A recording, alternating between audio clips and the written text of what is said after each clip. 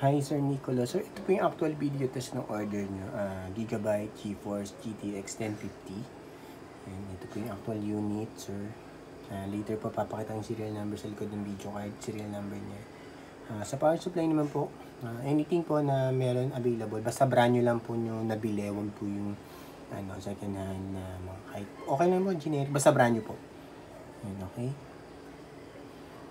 And sa power supply, hindi naman po siya power hunger. Pero kung may rated kayo na power supply, rated at branded, kahit 450 watts, 350 watts, goods na po dito. Basta rated at branded lang po Pero pag yung mga generic lang po na kahit 750 watts, goods na rin po yun. Para dito.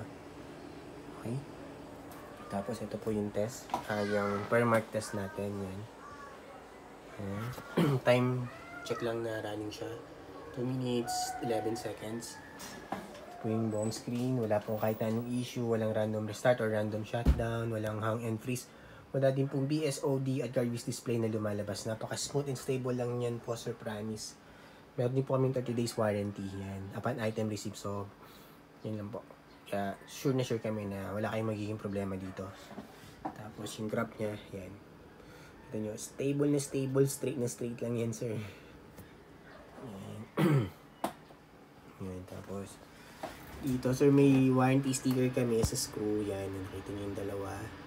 Bawal po alisin para in case may problem po. Message nyo lang kami. Pero pag inalis nyo po yan, binuksan nyo yung video card, void po yung warranty. Hindi po namin i-accept yung warranty claims na inalis po yung video card, yung warranty sticker namin, tapos binuksan po yung video card. Okay, sir, bawal po alisin nyo. Pag may issue po, message nyo kami, sir, may warranty po kayo.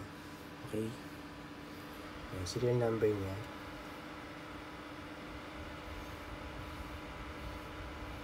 Alright po, tsaka yung model ng din. Alright, yun. Yan. Tapos yan, time check po ulit. Yan, 3 minutes, 30 seconds na siya running na. Stable pa rin po. Ito yung graph. Stable lang. Alright, yan. Walang kahit anong issue, walang flicker, walang random restart, random shutdown, walang freeze, walang hang. Walang auto shutdown, random shutdown, yan. Stable na stable. I-close ko na po ito, per mark. Ito, GPU-Z.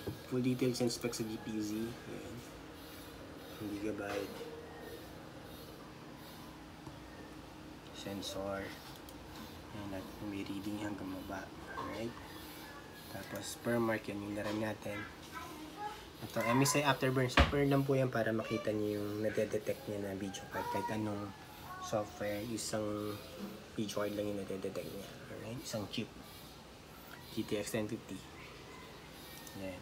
Itong yan, mga numbers na yan. Ito yan. MSI Afterburner, naka-overlay lang. Tignan nyo, close ko to, mawawala yun. Yun, nawala.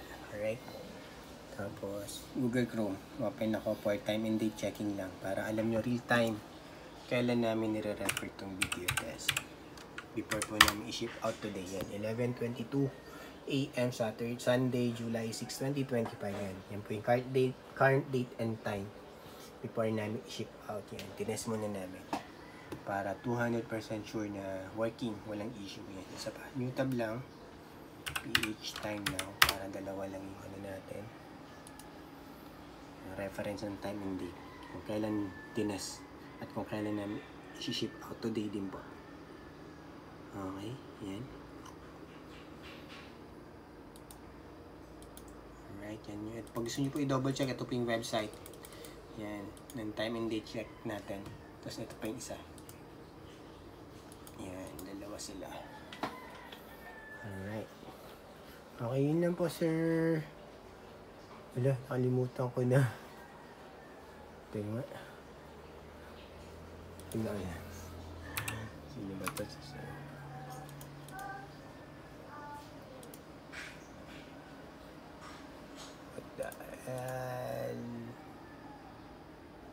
EJ. Ay, hindi.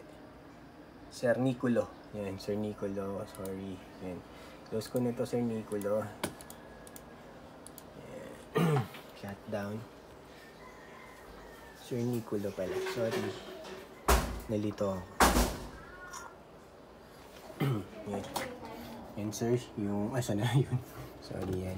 Yung po, mas malaki po yung fan niya sa mga ordinaryong 1050. Kahit 1050 Ti yan, mas malaki siya. Alright. Yan. Yan. Tapos dito. Yan. Ito po yung warranty sticker namin sir. Yan. Huwag niyo po alisin, may warranty po kayo, 30 days. Pag may any issue or need nyo ng help, message nyo lang po kami. Help namin kayo. Yan. Yan. Serial number niya.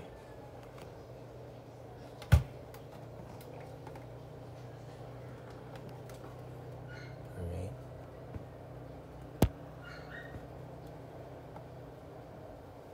Okay, yun lang po Sir Nicolo. Thank you po. Upload namin sa YouTube channel namin. Thank you. Bye.